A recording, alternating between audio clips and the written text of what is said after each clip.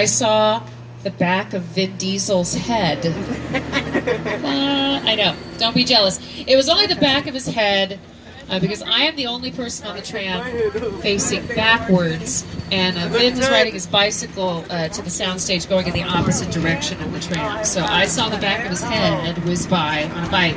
All my guests saw his face, though, which was great. Everybody went bonkers, as you can imagine. A lot of screaming. Over on the right-hand side now, we're passing by a big building that is not a soundstage. This is a mill where we construct our sets that wind up in our sound stages and out on the back lot, sets we see later on in the tour. They also have a staff shop in there where they can custom-build props, a sign shop where they make signs, all for production shooting here on the lot. Over on the left, we have bungalows. Those are offices for production companies like Illumination Entertainment. They made the Despicable Me films, and they have The Secret Life of Pets 2 coming out later this year. The bungalows used to be really fancy dressing rooms, though, for movie stars that worked here, like Paul Newman, Doris Day, and Joanne Woodward. That was back when movie stars were signed under long-term contracts. So they'd just be working at one film studio for sometimes up to 7 years. So it made sense to give them like a home away from home. Past the bungalows on the left, stage 22. That's home to the 10th season of Will and Grace. So we have, as I've mentioned, a lot of NBC series shooting here. We also have Good Girls here. They just wrapped up their second season. And the stage 22 for Will and Grace is a part of a bigger building that consists of office space in the front and then a second sound stage, stage 23. This is where there was filming earlier today. So let's see if their light is on. I don't know. If it is, I'll jump off the microphone. No, it is not on, so I can keep talking. So far we've been checking out the front lot and a lot of our sound stages. Now we're going to cross out into the back lot where we keep all of our big exterior sets. First up, the Metropolitan sets to the left. Right here, right here. This is where we have some filming going on today see that? with our Metro sets, as we call them for short. We give filmmakers lots of different options in terms of city settings. So just within a few acres of land, we have lots for filmmakers to choose from, including an area themed to look like New York, which we caught a peek of for a moment back there. And you can see over here on the left we have real life people getting food. So when people are working on the lot, they do have to eat, so we can bring out catering and trailers for them to take a load off on their lunch breaks. Dead giveaway that there's filming going on in the Metro sets. Tons of cars parked right behind the Metro sets. This is always an indicator that something big is going on. This big beige wall, on the other side of it there's a painted backdrop of a cityscape.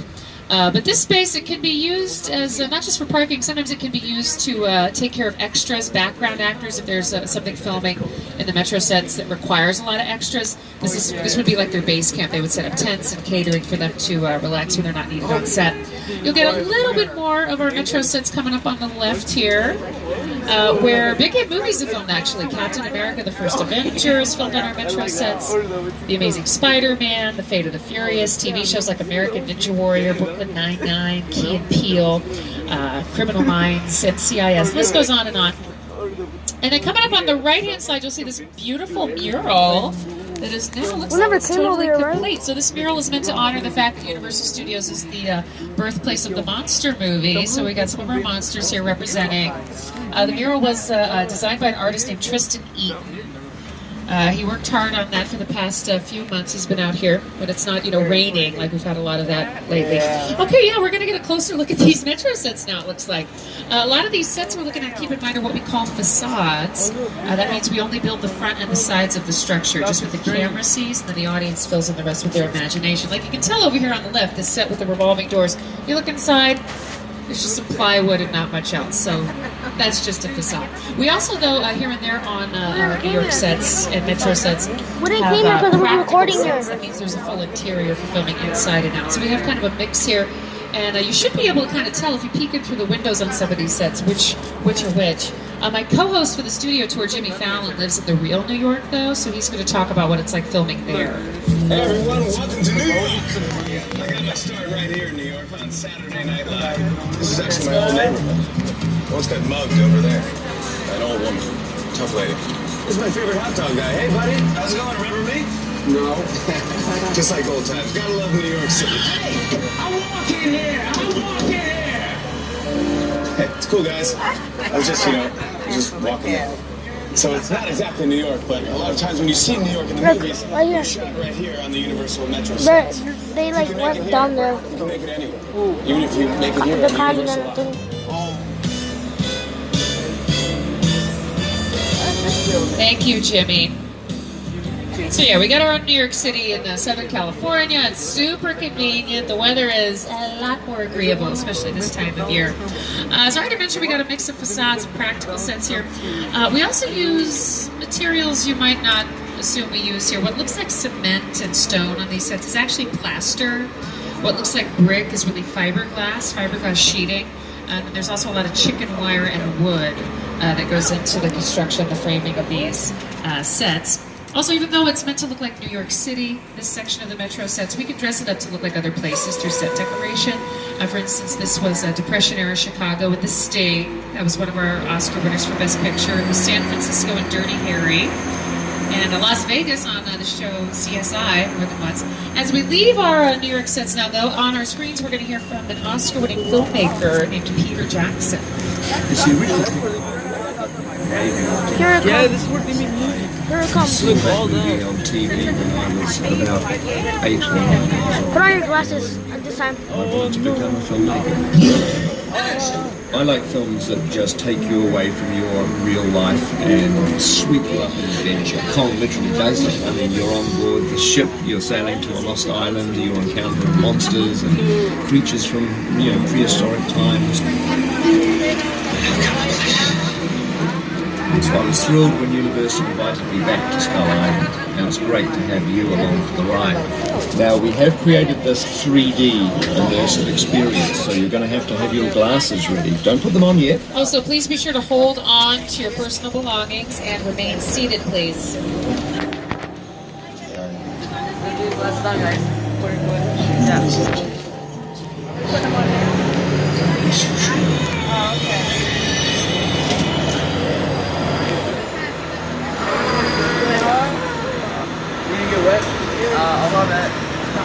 We're gonna get a little bit wet.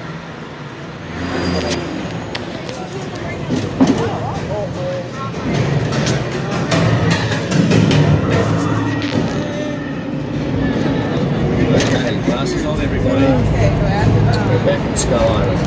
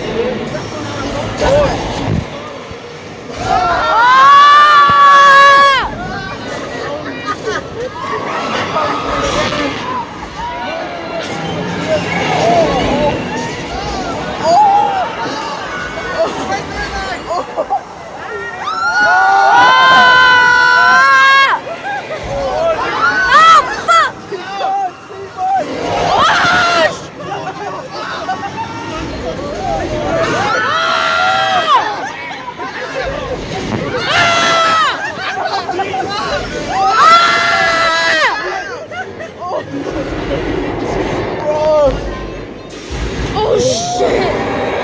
And that was King Kong 363D. That was different from last time. There was no spider and all that. And all that. There was no spiders.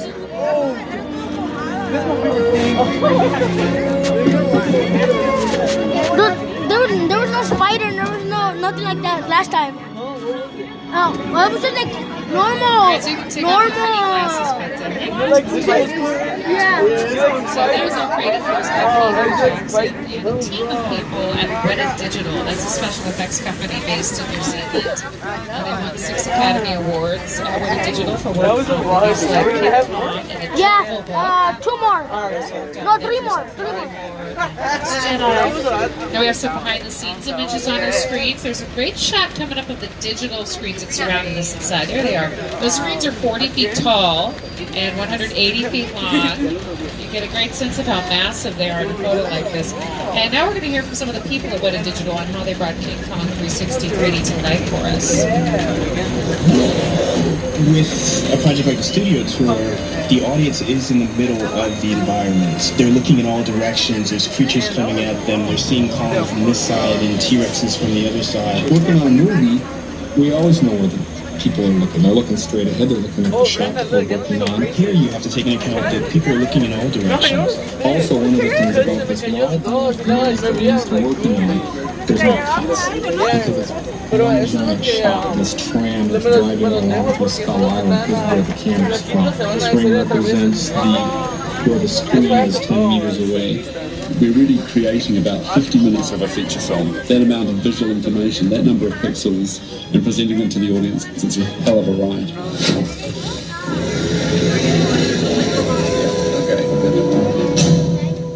It was awesome. Okay, so now we're going to head deeper into our massive backlot here.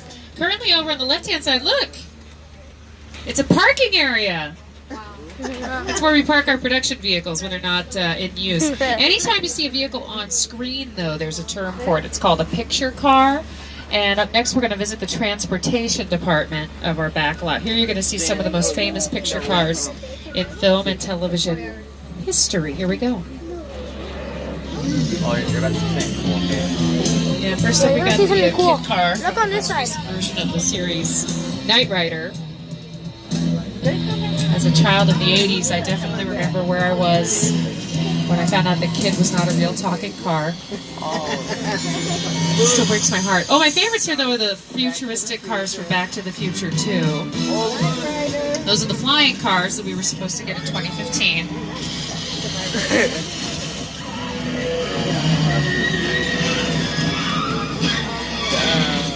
Our most unique picture car here is the gyrosphere from Jurassic World.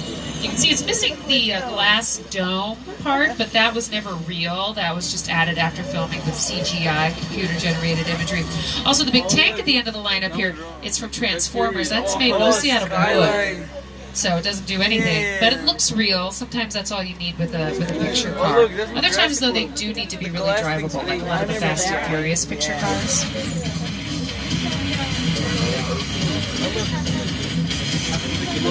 That's from Transformers.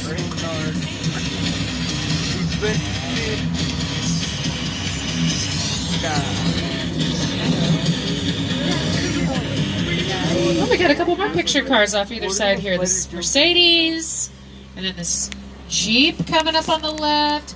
Oh, these are, I think, kind of a dead giveaway, because these are from Jurassic Park. I think our next stop on the tour is probably going to be Jurassic Park as well.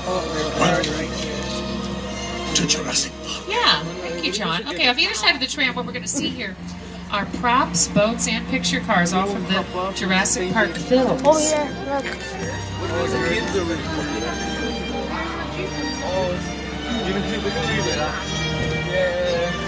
The second film in the franchise was The Lost World Jurassic Park, and this big camouflage RV on the left coming up here. That was featured in that film. That was the No, what him again?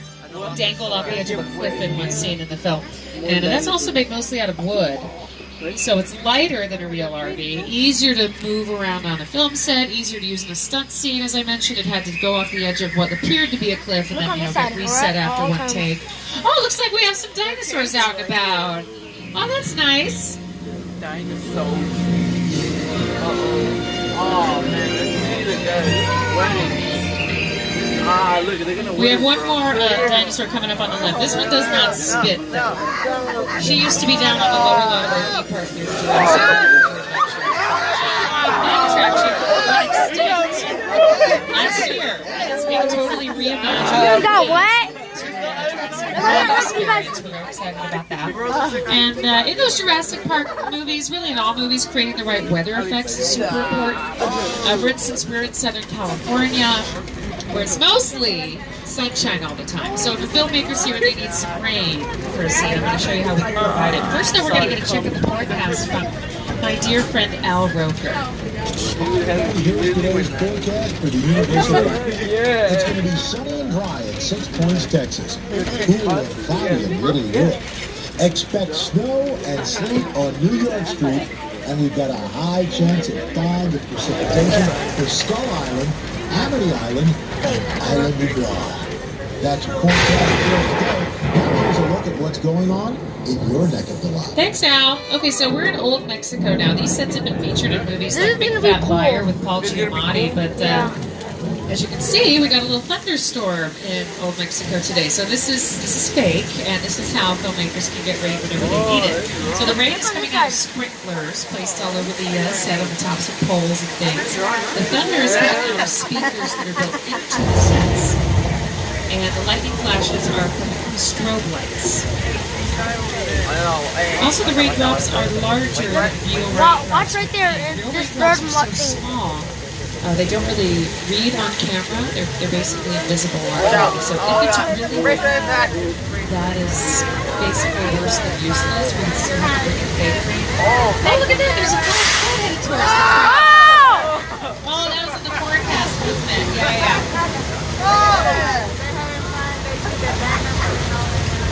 That's our beautiful flash flood. Now, if you think our perspective was intense, imagine how Lady Gaga must have felt. She filmed a music video here a few years ago for her song Judas, and she actually stood out there for one shot in the video and let the flash flood water knock her over. She had a stunt double, but then she decided to do it herself at the last minute. All right, now we're going to head into another part of Old Mexico. These sets have been featured in TV shows like Criminal Minds Beyond Borders and Last Man on Earth. We also have in this part of Old Mexico a working fountain. Is it on right now? Yes, it's on. Look, beautiful. Isn't it gorgeous? Okay, now we're going to go from Old Mexico into the Old West. Our western town is called 6 Points, Texas. And it's called 6 Points because there's the main road that we're on right now, and there are also 6 little side streets. We had a top secret movie filming here a few months ago. Classic westerns are filmed here too, like Winchester 73 with Jimmy Stewart and My Little Chickadee. I think Mae this- West, the and Fast and W.C. Furious one is Fields the back last in one. 1940. All the big western stars worked here at one point or another. Trying to get my number, and George was giving my number. He's like, no,